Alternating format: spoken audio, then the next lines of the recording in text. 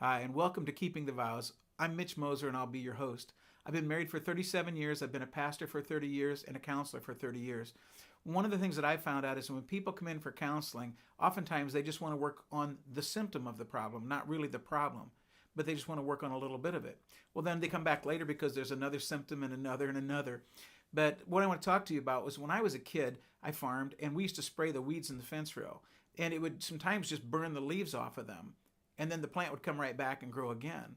Well, when I was a kid, they came out with a chemical called Roundup. And what Roundup does is Roundup actually goes and it gets on the leaf, and then through about 8 hours of sunshine and the photosynthesis of the plant actually translocates it and takes it down to the roots, where it kills the plant by the roots, which was a great thing because we didn't have to go back and respray. So what we did is instead of just burning the leaves off, instead of working on the symptom of the plant, we went down and took it out by the roots. Well, I'd like to talk to you about something like that in your marriage also.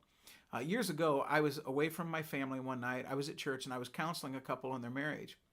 And I have about an 18-minute ride home, and I always liked that because it gave me time to deprogram and think. And so on the way home, I was thinking, big picture here, what would it be like if we could take away most all marriage problems? So I thought to myself, okay, what is the one thing that would keep me from ever having to do a marriage counseling again? What's the one thing that causes people to need marriage counseling? If we could take care of this one thing, we really wouldn't have issues. We'd be ripping this whole thing out by the roots. Well, I thought about it on the way home, and I got home and I talked to Kim about it, and we talked it over, and we decided that really the problem was, of course, was sin, but more specific, let's call it selfishness. So I reasoned to myself, if I could take selfishness out of my marriage, we could take away most all the problems. I would never do a marriage counseling again if it wasn't for selfishness. Think about it. It's probably true.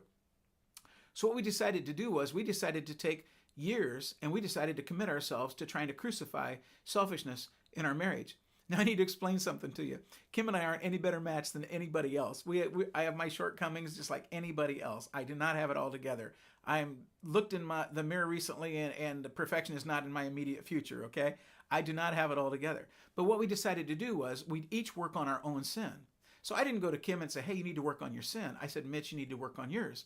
Well, if you ever went to an arcade and you get there and there's this game and it looks like little groundhogs putting their head up and you have this little mallet and you're hitting them, as they come up and you get a score. Well, over the next years, I felt like those things were just popping up. It was my selfishness. God was exposing my selfishness because I asked him to. It takes a lot of maturity to do that. It's like saying, God, teach me patience. God's going to teach you patience, right? So I said, God, show me my selfishness. And he kept showing me that selfishness. And so these little things kept popping up and I kept hitting them down. So in other words, whenever I'd see something come up, like, the milk is, you pour the milk out and it's really empty, but you put it back in. You don't do that anymore.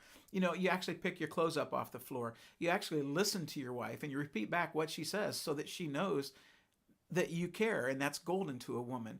And so I did these things, and I just kept working, and believe me, God kept showing me more and more and more things. You'd think there'd be 3 or 4, there's probably 300 or 400, right?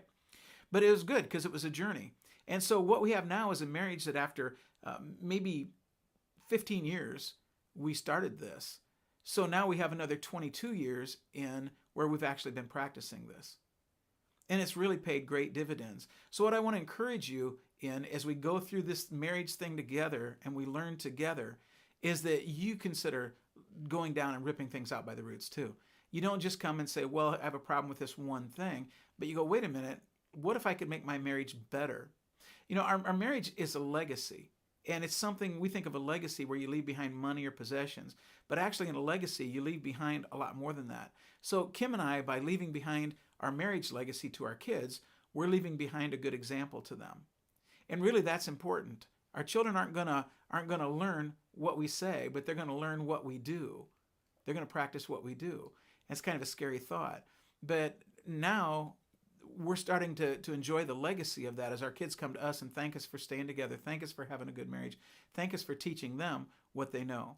Kim and I have even had 3 or 4 times out in public where we'll be out there and somebody that we don't even know will come up to us and just say, I've been watching you and I can tell you have a great marriage. One lady cried and said, I wish I had that marriage too. Well, of course, it was our opportunity to tell them it's not us, but it's all about Jesus Christ.